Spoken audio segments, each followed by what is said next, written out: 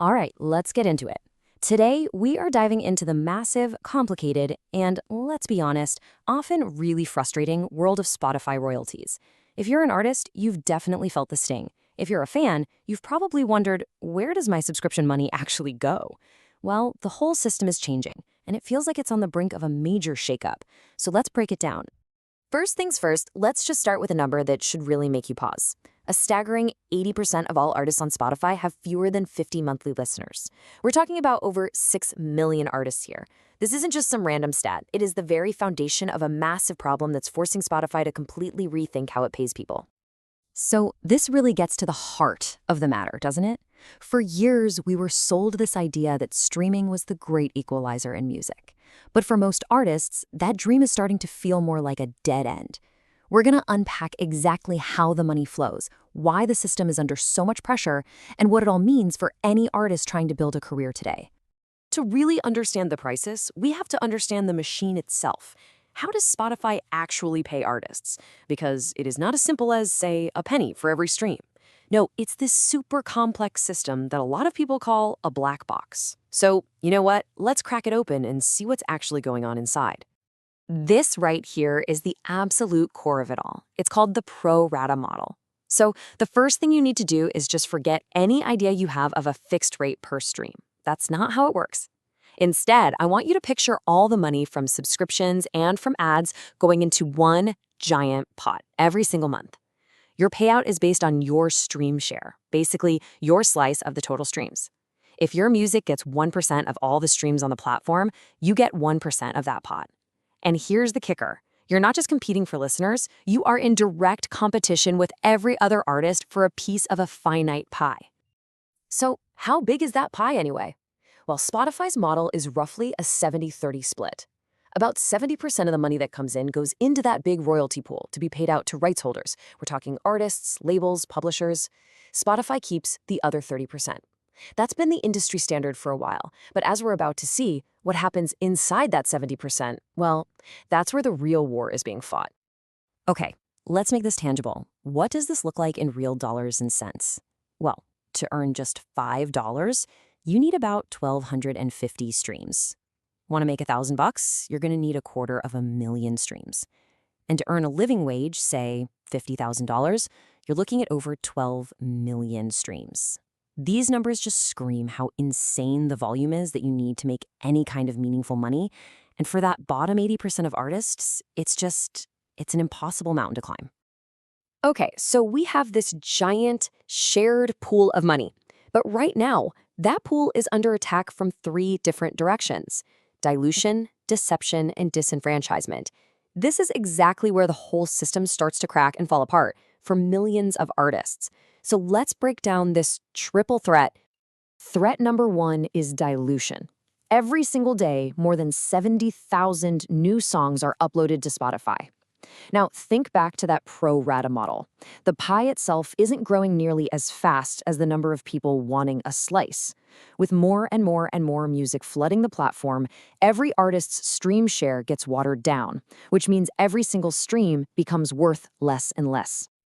And just when you thought it couldn't get any more crowded, here comes the AI tidal wave. On top of all the human-made music, we've now got somewhere between 50,000 and 100,000 AI-generated songs hitting these platforms every single day. And what's wild is that studies show 97% of us can't even tell the difference. This isn't just more competition. This is a full-blown existential threat to the value of human art in that royalty pool. Threat number 2, deception. It's not just about the insane volume of music. It's about the volume of fake streams. A recent lawsuit alleges that there are massive fraud operations going on, like accounts that are just botting superstar artists like Drake for nearly 24 hours a day. When billions of fake streams get paid from that royalty pool, it is straight up theft. It's money being siphoned directly away from real artists with real listeners. And that brings us to threat number 3, disenfranchisement. So in response to all this pressure, Spotify rolled out a new rule. Your tracks now need at least 1,000 streams a year to earn anything. Now, their official reason was they wanted to stop processing these tiny forgotten payments and instead give that money to so-called working artists. But let's look at the reality. An up-and-coming artist with, say, 20 songs that are all just under that threshold, they used to make around $60. Now, they make zero. And yeah, $60 isn't life-changing, but it's not nothing, and it's being taken from the bottom and funneled right to the top. So you add it all up, the dilution, the fraud, these new policies, and it's all leading to this radical reevaluation of what a single stream is even worth. And frankly, the outcome might create an even bigger chasm between the music industry's haves and have-nots. This quote really nails the next huge debate that's brewing. Major labels could start asking, hey, shouldn't a stream of a superstar be worth more? Their whole argument is that artists like Dua Lipa or Bad Bunny are acquisition tools. They're the reason people sign up for Spotify in the first place. So they'd argue their streams are just more valuable to the platform and should get a higher royalty rate. So what's the end game here? It feels like we're creating this new divide. On one end, you have the so-called hobbyist artists who are now basically being kicked off the platform by that 1,000 stream rule. And on the other end, you have the superstars whose streams might soon be worth a premium. And this creates a massive squeeze on everyone stuck in the middle.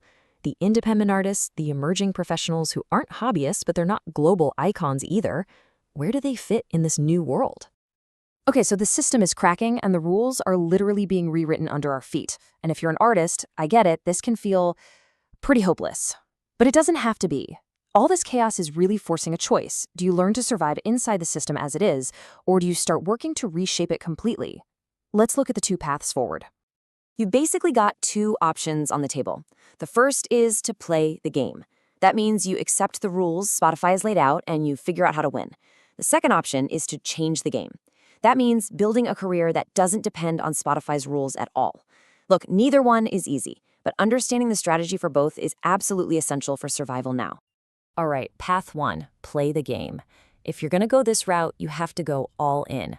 First, you have to optimize your Spotify for Artist profile. I mean everything. The banner, the bio, the links. Make it look incredible.